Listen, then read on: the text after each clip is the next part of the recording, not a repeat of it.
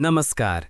आज हम लोग हिम नदी के अपरदन एवं निक्षेपणात्मक द्वारा निर्मित भू आकृतियां यानी landforms formed by glacial erosion के बारे में जानेंगे। हिम नदी एक बड़ी बर्फ की नदी होती है जो ऊंचाई वाले स्थानों पर बर्फ के अत्यधिक जमाव और दाब के कारण बनती है।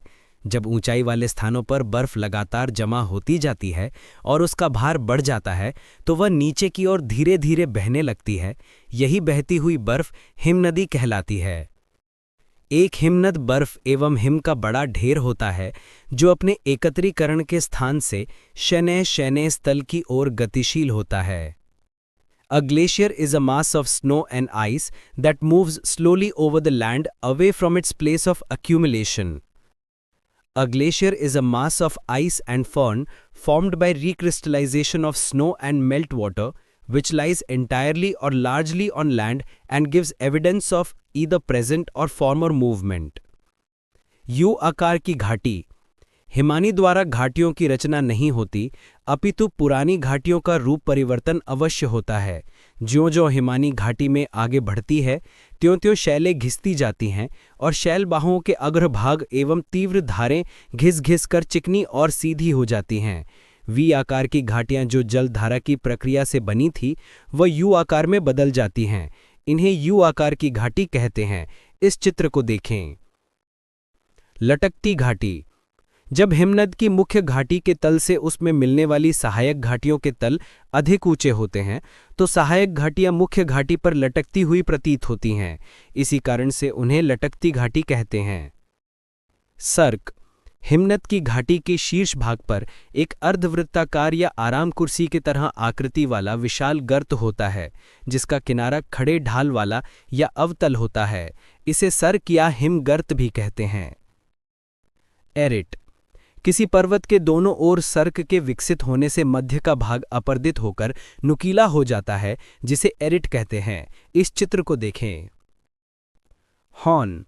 जब किसी पहाड़ी के पार्श्वों पर कई सर्क बन जाते हैं तथा जब निरंतर अपघर्षण द्वारा ये पीछे हटते जाते हैं तो उनके मिल जाने पर एक पिरामिड के आकार की चोटी का निर्माण हो जाता है।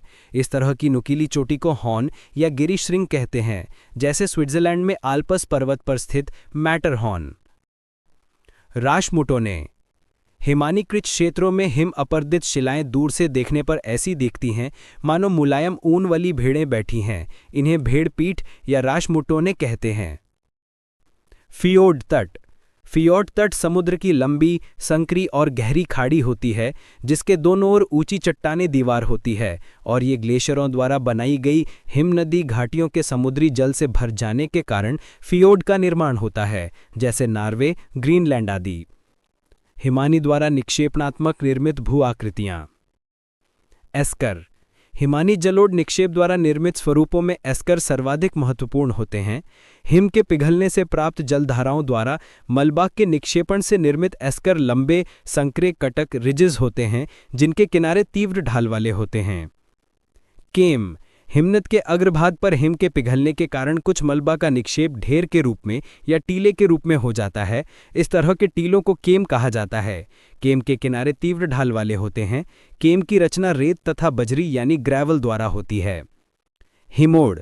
जब हिमनदियां पर्वतों से खिसककर हिमरेखा से नीचे उतरती है तो तापमान बढ़ जाने से वे पिघलती हैं और अपने साथ बहाए हुए अवसाद का निक्षेप कर देती हैं। ये निक्षेप विभिन्न आकार और रूप के होते हैं। इनको हिमोड़ कहा जाता है। ड्रमलिन। ये मुख्य रूप से भूमि हिमोड़ द्वारा निर्मित विशिष्ट प्रकार की सीधी गोल टीलों वाली पहाड़ियां होती हैं जिनका आधार दीर्घवृत्ताकार होता है। एक उल्टी नाव के समान इनकी आवृत्ति होती है। गोलाश्म।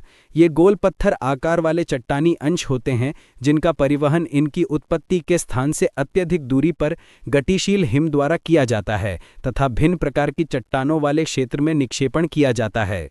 अतः हिमनदी द्वारा मिश्रित रूप में निक्षेपित महीन गोल पत्थर को गोलाश्म कहते हैं।